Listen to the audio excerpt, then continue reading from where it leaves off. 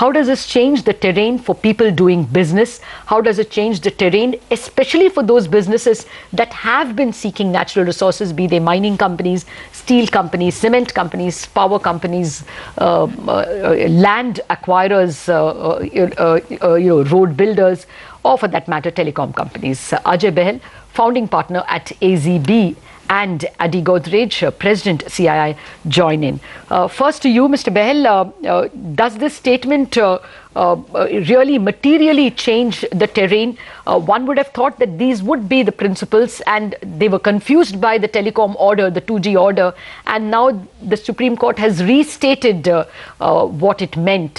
So it doesn't materially change the terrain, you think? Well, it doesn't change the terrain. I think it clarifies it, and clarification was needed. I mean, at the end of the day, it's a wonderfully crafted order and has restated what we all, as you rightly said, they've really enunciated what ought to be common sense principles, which are, basically based from their reading of the constitutional mandate. So you're right, it doesn't change anything, but I think it sets at rest a great deal of confusion.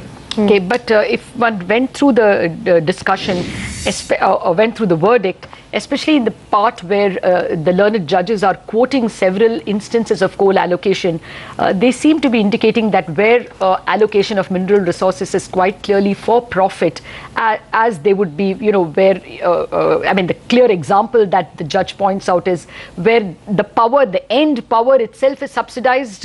Fine, you may be able to give the coal at a non-competitive price, but where the end product is like steel or merchant power, which is benefiting from the vagaries of market, there should be competitive bidding. So would you say that now a kind of competitive bidding would become mandatory for even sectors like coal?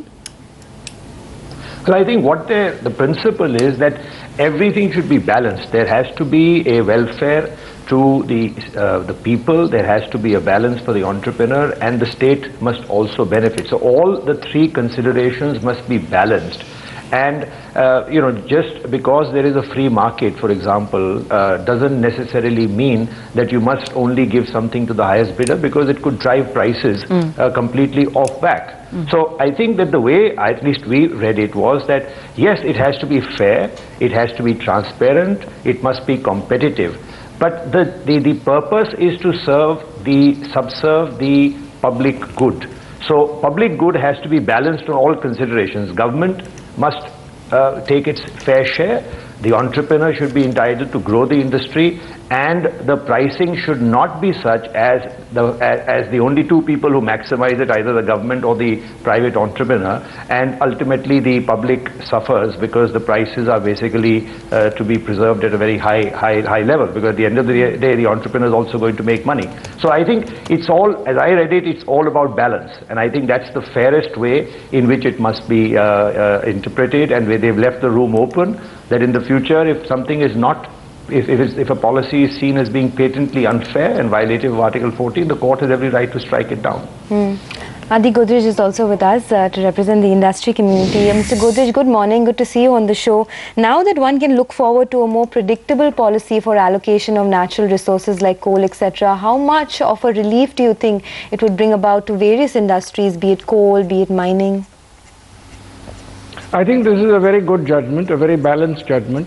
When the government went for this presidential reference to the Supreme Court asked the CII to comment on it, which we did. And the summary of our comment was that auction should not be the only method, it should be the preferred method. However, it can't be the only method.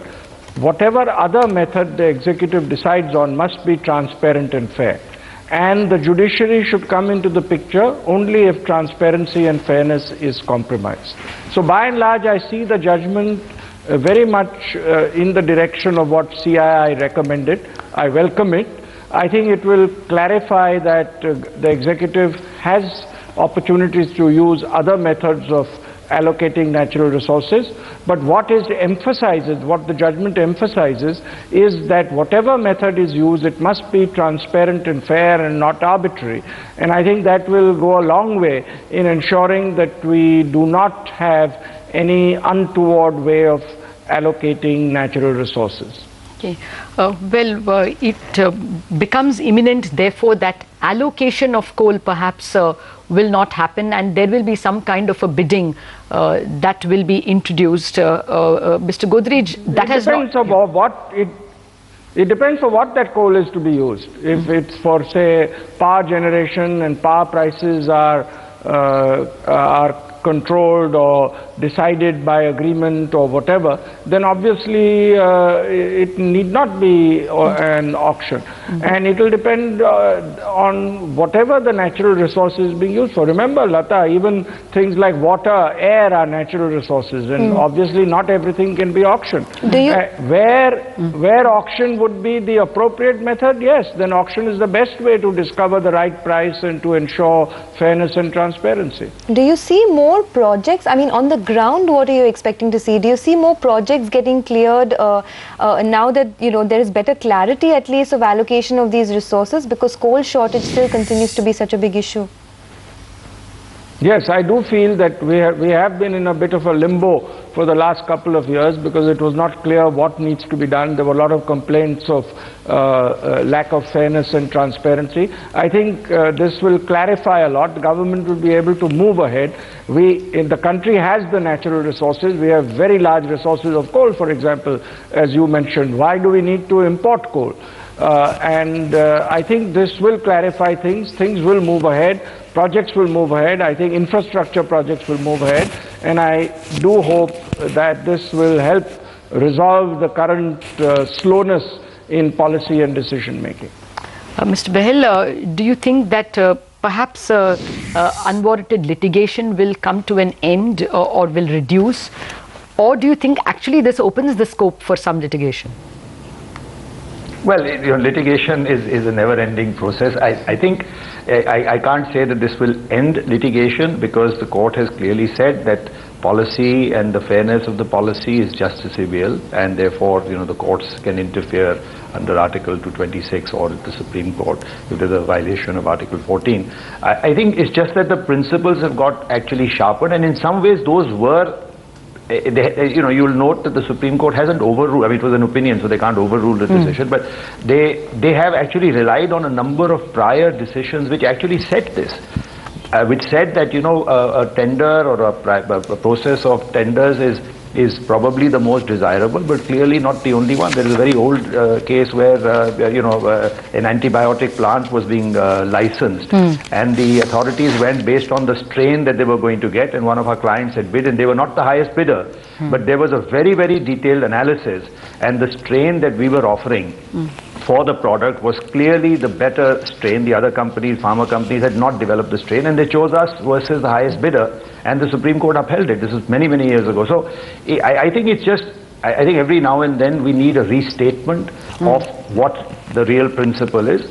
I don't think it will necessarily, curb litigation. I think there is clearly a direction given to the government to be, as Mr. Godrej said, more transparent, fair, open, competitive, and hopefully, if all the constitutional parameters are met, then of course, litigation ought to be reduced if the right methods are followed in the allocation of natural resources. Just a final word from you, Mr. Godrej. The Supreme Court's statement itself, laying down or restating, as Mr. Bahl said, the constitutional principles, as well several other moves by the government. We understand that even the retrospective tax that was announced will perhaps not invite interest and penalty. The way in which GAR has been postponed, so to speak, and of course the Shum committee coming with fresh clarifications on that matter. A whole host of things that have happened. Do you think industry is now in the mood to reinvest? Well, very clearly. I think the negative perception that was created about our country, both outside the country and within the country, has been corrected to a very large extent. The reform measures are very welcome. I think more such reform measures will come out in the next few weeks. I think that will clearly be a great boost to the sentiment and perception of India, and I think investment, both international and Indian, into the Indian economy will grow. And that will enable us to get back on a reasonably good GDP growth path soon. But of course, the biggest reform that can get us back to that 9% GDP growth rate is the goods and services tax. And if we are able to solve the issues that are coming in the way of an early implementation of the goods and services tax, I think India can do extremely well in the year 13, 14 and then onwards.